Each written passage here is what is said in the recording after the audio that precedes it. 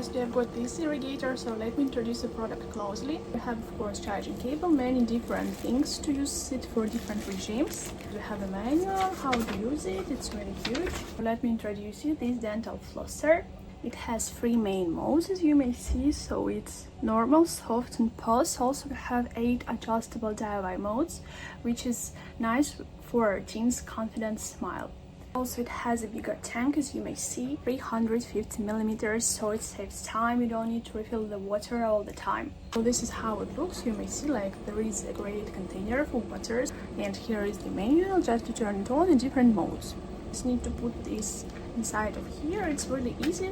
So it's ready to use. We just need to fill some water and we will try to use it. So let's try to use it. To turn it on, we just need to press here, lock, and you see it starts working. The moment we need just to press here and it will be from normal to soft to pulse and to DIY.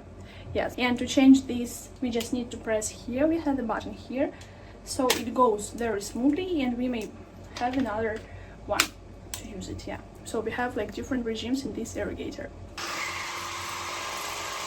Gentle water spray, so it feels like a mini massage. I really like the effect. Let me try this for cleaning the tongue.